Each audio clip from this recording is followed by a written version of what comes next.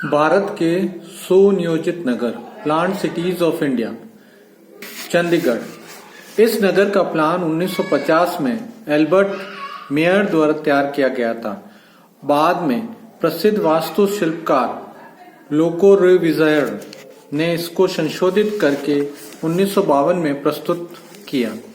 उसने नगर का प्लान बनाने में नगर की सड़कों को नया रूप दिया। इस नगर का निर्माण 1953 में शुरू किया गया, जबकि 7 अक्टूबर 1953 को तत्कालीन राष्ट्रपति डॉक्टर राजेंद्र प्रसाद द्वारा इसका शिलान्यास किया गया। इसको इस सिद्धांत के आधार पर बनाया गया है कि नगर एक जैविक प्राणी लिविंग ऑर्गेनिज्म है।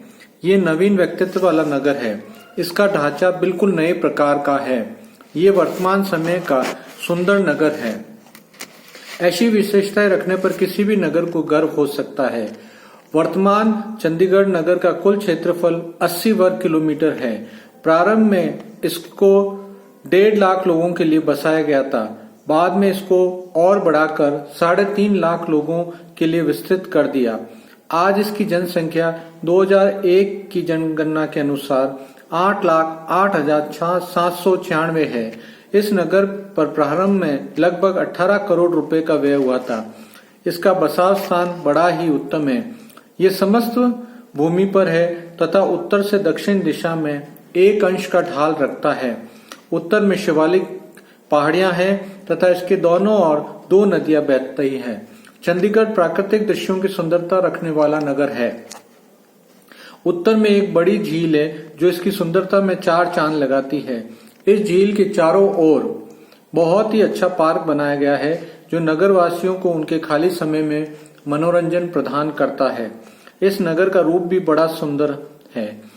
विशेषताएं: इसका डिजाइन व निर्माण कार्य देखने में बड़ा भव्य व आकर्षक लगता है। सड़कें ग्रिड प्रकार की है। इन सड़कों से पेड़ के आकार ट्री लाइक की सड़कें भी जुड़ी है। ये प्रशासकीय, शैक्षिक एवं सांस्कृतिक नगर है। नगर को 46 आत्मनिर्भर जिलों में बांटा गया है जो कि सेक्टर्स कहलाते हैं। एक सेक्टर 800 × 1200 मीटर के आकार का है। प्रत्येक सेक्टर अपना व्यापारिक केंद्र, सामूहिक केंद्र, स्वास्थ्य केंद्र तथा एक हायर सेकेंडरी स्कूल रखता है। सेक्टर प्रणाली को अपनाने का प्रमुख उद्देश्य नगरवासियों को अधिक से अधिक सुविधा एवं आराम प्रदान करना है। रिहायशी क्षेत्रों को औद्योगिक क्षेत्रों से अलग कर दिया गया है ताकि मिलों के धुओं से नगरवासियों को असुविधा न हो। आवास स्थापना ही इस तरह की गई है कि मिलों का धुआं हवाओं द्वारा रिहायशी क्षेत्र में न पहुंचे। ले कोर्ब्यूज़ियर ने यहाँ 7 प्रकार की सड़कें बनाई हैं जो कि एक बिल्कुल नई विचारधारा है। ये पंजाब की सामाजिक, सांस्कृतिक व आर्थिक गतिविधियों का प्रतिनिधित्व करता है। ये स्वतंत्र भारत की जागृत हुई गतिशील आत्मा, डायनेमिक स्पिरिट का संक्षिप्त संग्रह है। यहाँ पर नगर नियोजन के इन सिद्धांतों को अपनाया गया है। पहला, सुनियोजित समीपीय इकाई क्षेत्र। दूसरा, सड़कों का सुंदर परिवार। तीसरा, पंजाब हरियाणा राज्यों के मिलन स्थल के पर केंद्रीय स्थिति। चौथा, विभिन्न स्थानों को जाने वाली मार्गों की समीपता। 5वां, रिहायशी क्षेत्रों के निकट ही खुले स्थानों की सुलभता। 6वां, व्यापारिक क्षेत्रों का प्रत्येक सेक्टर में परस्पर जुड़ाव होना। 7वां, नगरवासियों को सभी प्रकार की नगरीय सुविधाओं की उपलब्धता। 8, उन सब वास्तु कलाओं का सुव्यवस्थित सम्मिश्रण जो परस्पर मिलकर इसकी रूपरेखा को अत्यधिक सुंदर बनाते हैं। इन सब बातों को ध्यान में रखते हुए एक दूसरे के अनुरूप बनाकर निर्माण कार्य किया गया है जो कि समकालीन शिल्प कला का सबसे अच्छा नमूना है। एक राजधानी नगर को जिन सभी इमारतों की आवश्यकता पड़ती है वह सभी यहाँ पर उपलब्ध की गई है। जैसे मुख्य इमारतों में उच्च न्यायालय, सचिवालय जो 7 मंजिल की है तथा 120 लाख रुपए से बनी थी। रिहायशी मकानों की सबसे बड़ी विशेषता है कि ये इनमें सन ब्रेकर्स की सुविधा की है। ईंटों व कंक्रीट की दीवार से एक विशेष कोण पर रखकर जाली का निर्माण किया गया है जो गर्मी में सूर्य की किरणों की गर्मी को सोखती है व जाड़ों में मकानों को गर्म रखने में मदद देती हैं। इस नगर की सुंदरता को इस तरह व्यक्त किया जा सकता है। प्राकृतिक दृश्यों की सुंदरता, सेक्टर प्रणाली का प्रयोग, विभिन्न प्रकार के ट्रैफिक के लिए 7 प्रकार की सड़कों का निर्माण, नगर के एक भाग से दूसरे भाग तक खुले स्थानों तथा हरी पेटी का लगातार पेटी के रूप में रख जाना, शिल्प कला का सुंदर व सादा नमूना, हवादार व आरामदायक इमारतें, अन्य उपयोगी सेवाएं जैसे जल प्रदाय, स्वच्छता, प्रकाश आदि की सुनिश्चित उपलब्धता। सेक्टर 17 पूर्ण रूप से व्यापारिक सेंटर है जो नगर का CBD है। सेक्टर 14 में विश्वविद्यालय तथा सेक्टर 1 में राजधानी कार्य विकसित किए गए हैं। नगर का पूर्वी भाग औद्योगिक क्षेत्र है जहां पर रेल यातायात की सुविधा है जो इसको कालका अंबाला से जोड़ता है। वर्तमान में इसे लुधियाना से एक सीधे रेल मार्ग द्वारा जोड़ने का प्रयास किया जा रहा है। ये भारत के सुनियोजित नगरों में से सबसे सुंदर नगर है जो पर्यटकों को भी अपनी ओर आकर्षित कर रहा है।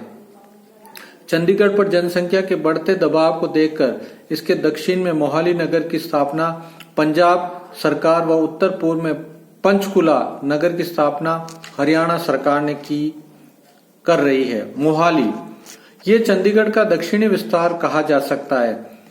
इसमें सेक्टर की संख्या वहां से शुरू होती है जहां से चंडीगढ़ में समाप्त होती है। ये सेक्टर संख्या 58 से प्रारंभ होकर 107 तक है। कुल मिला के यहाँ 49 सेक्टरों में फैला हुआ है। इसके पूर्व में सुकोना राव नदी प्रभावित होती है। इसमें समांतर प्रमुख सड़क मार्ग का निर्माण किया गया है जो चंडीगढ़ को मोहाली के साथ जोड़ता है और आगे पंजाब के नगरों से जोड़ता है। चंडीगढ़ और मोहाली के मिलन स्थल पर पंजाब क्रिकेट एसोसिएशन PGA ने मोहाली क्रिकेट स्टेडियम का निर्माण कराया।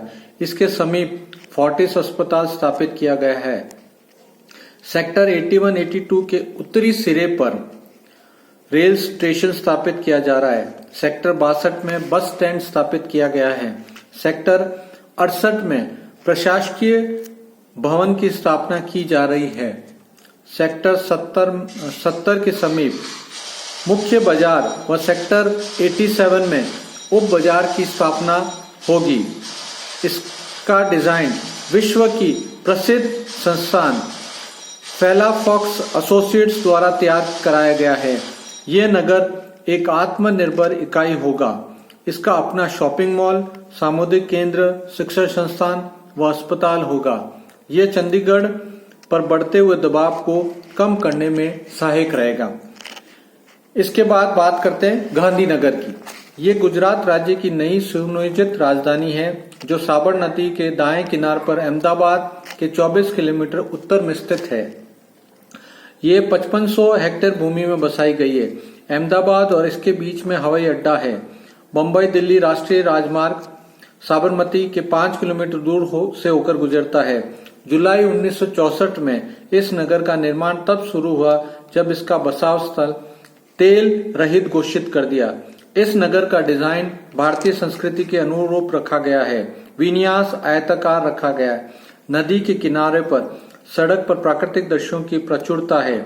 यहाँ पर अर्ध चंद्रकार क्षेत्र के मनोरंजन कार्यों के लिए सुरक्षित रखा गया है।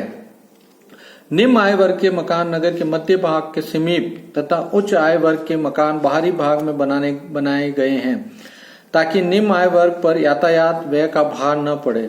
यहाँ पर 1 लाख लोगों के लिए बनाए गए हैं। इसको 30 सेक्टरों में बांटा गया है और प्रत्येक सेक्टर की लंबाई 1000 से 750 मीटर रखी गई है और इसमें 8000 लोगों के रहने की जगह का प्रावधान रखा गया है। 25 सेक्टर आवश्यक कार्यों के साथ व्यापारिक व परिवहन की सुविधाएं भी प्रदान करते हैं। नगरों के सेक्टरों को 4 वर्गों में रखा जा सकता है। सेक्टर 10 में सचिवालय, विधानसभा, उच्च न्यायालय व अन्य कार्यालय स्थापित किया है। दूसरे नगर के मध्य में सार्वजनिक, संस्कृत व व्यापारिक सुविधाएं स्थापित की है। तीसरा सार्वजनिक कार्यालय क्रिसेंट रोड के सहारे स्थित है तथा नदी के सहारे सारे पार्क व मनोरंजन क्षेत्र मिलते हैं। चौथा 8 प्रकार की आवासीय इमारतें सरकारी कार्यालयों के लिए बनाई गई है। नगर को साबरमती नदी से पानी व अहमदाबाद विद्युत कंपनी से विद्युत प्राप्त होती है।